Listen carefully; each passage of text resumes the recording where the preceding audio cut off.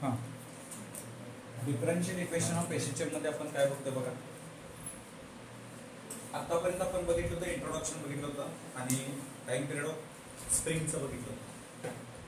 But आता ते 2 मार्काला ना बोर्डाचं थोडं याच्यावर प्रेम आहे आणि सीईटीचे क्वेश्चन कसे विचारतील ते सांगेन मी तुम्हाला. त्याच्यामध्ये डिफरन्शियल इक्वेशन ऑफ एसएचएम म्हणजे एखादं कन्सिडर आहे one particle performing SHM on this path, on this linear path. Okay, mean position पासून एक्स्ट्रीम, एक्स्ट्रीम पासून मीन, मीन पासून एक्स्ट्रीम.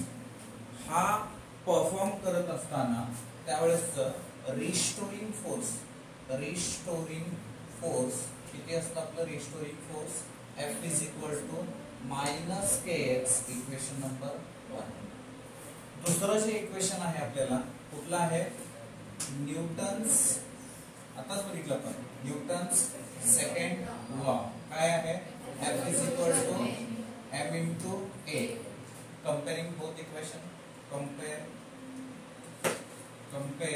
Equation 1 and 2. काय केलं बघा, कंपेअरिंग केलं आपण. कंपेअर केले की काय येतं? m into a mass into acceleration बरोबर मायनस kx.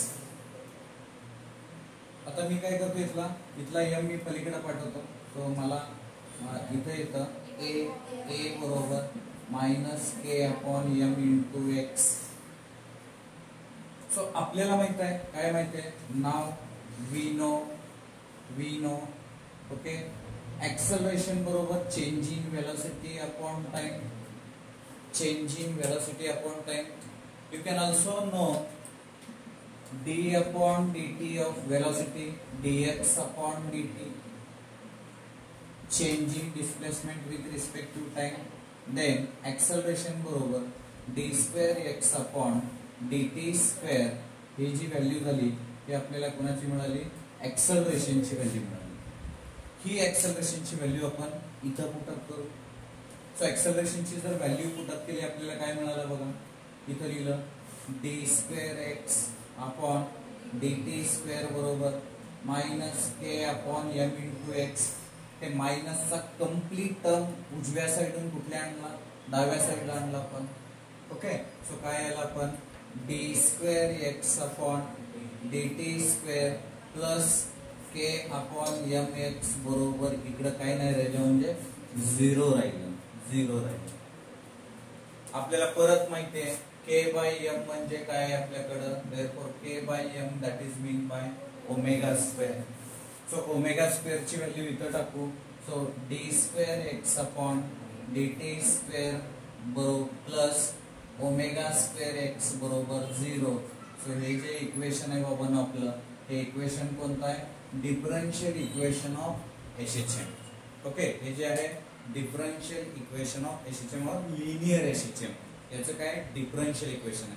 आपण हे जे एसएचएम परफॉर्म करणार आहे त्याचं एक्सेलरेशन काढायचं आहे, जे पुढे आपल्याला त्याची वेलोसिटी काढायची आहे, त्याचं डिस्प्लेसमेंट काढायचं आहे, मीन पोझिशन, एक्स्ट्रीम पोझिशनला एक्सेलरेशन, वेलोसिटी, डिस्प्लेसमेंट या सगळ्यांच्या व्हॅल्यूज काय आहेत हे काढायचं आहे आपल्याला. तर कधी कधी थेरीला किंवा सीईटीला क्वेश्चन कसा विचारला जातो आपल्याला? सो समजा d square x upon dt square plus 16x बरोबर 0. Then find the omega of angular velocity. You can just directly compare these two equation. Can we compare? There will be the omega square equal to 16, then omega equal to plus minus 4, taking square root on both side. Omega value is in a plus minus. If suppose calculate the time period of this pendulum, then we can write as a 2 pi upon t. You can shift this side t as an 2 pi upon 4. That is a time period of this. Okay, म्हणजे तुम्ही या इक्वेशनला अशा पद्धतीने 16च्या जागी वेगळी value देतील, कोणती वेगळी, अशा पद्धतीने सहज कंपेअर करून तुम्ही त्याची व्हॅल्यू काढू शकता. म्हणजे सीईटी मध्ये अशा पद्धतीने किंवा थेरी मध्ये अशा पद्धतीने डायरेक्ट या इक्वेशनच्या बेसवर आपल्याला काय विचारलं जातं? क्वेश्चन्स विचारले जातात. ओमेगा काढायला सांगितलं जातं, कधी कधी के ची व्हॅल्यू काढायला सांगितली जाते, कधी कधी पार्टिकलचं मास दिलेलं असतं. तर या सगळ्या व्हॅल्यूज आपण ह्या इक्वेशन वरून इझिली काढू शकतो. हे इक्वेशन किती मार्कासाठी बोर्डाला? 2 मार्कासाठी आहे. ह्याचं उत्तर हे पुढल्या डेरिव्हेशनचा क्वेश्चन असणार आहे. त्याच्या पुढलं डेरिव्हेशन त्याचं उत्तर त्याचा क्वेश्चन असं एकमेकाचं आन्सर हे पुढच्याचं क्वेश्चन हे होणार आहे. अशी डिपेंडन्सी बॅक टू बॅक हे डेरिव्हेशन एकमेकाला डिपेंडन्सी असणार आहे.